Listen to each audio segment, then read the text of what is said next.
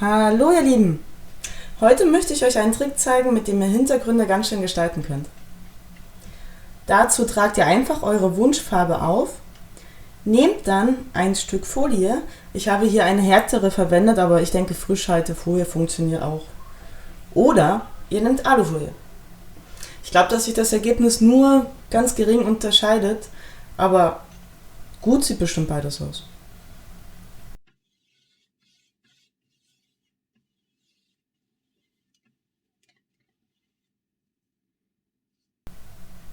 Ihr wollt jetzt bestimmt auch den Namen der Technik wissen. Leider ist mir der entfallen. Aber ich nenne sie einfach Mülltütentechnik. Nee? Na gut.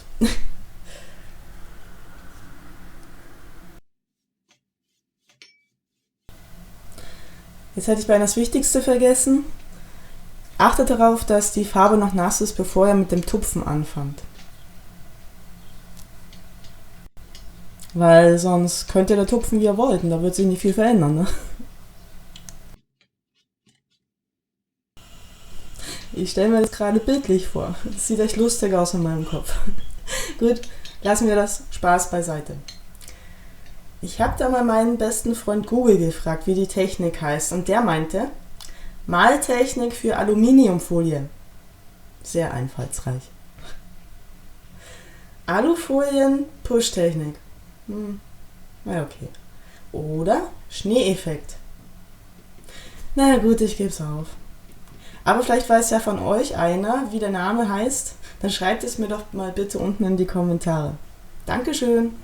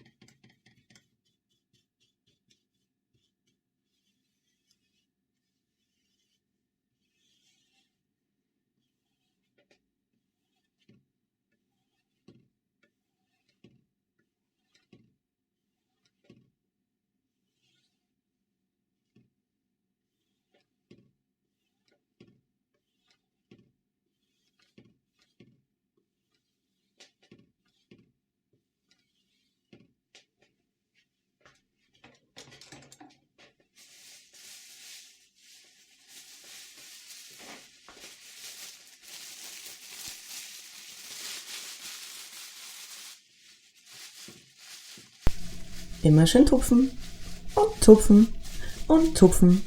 So ist fein. Ihr seht, die Technik ist echt easy, oder? Probiert es einfach mal aus. Das macht wahnsinnig viel Spaß. So, das war's dann schon von mir. Über ein Like oder Abo würde ich mich natürlich freuen, wenn euch das Video gefallen hat. Bis bald!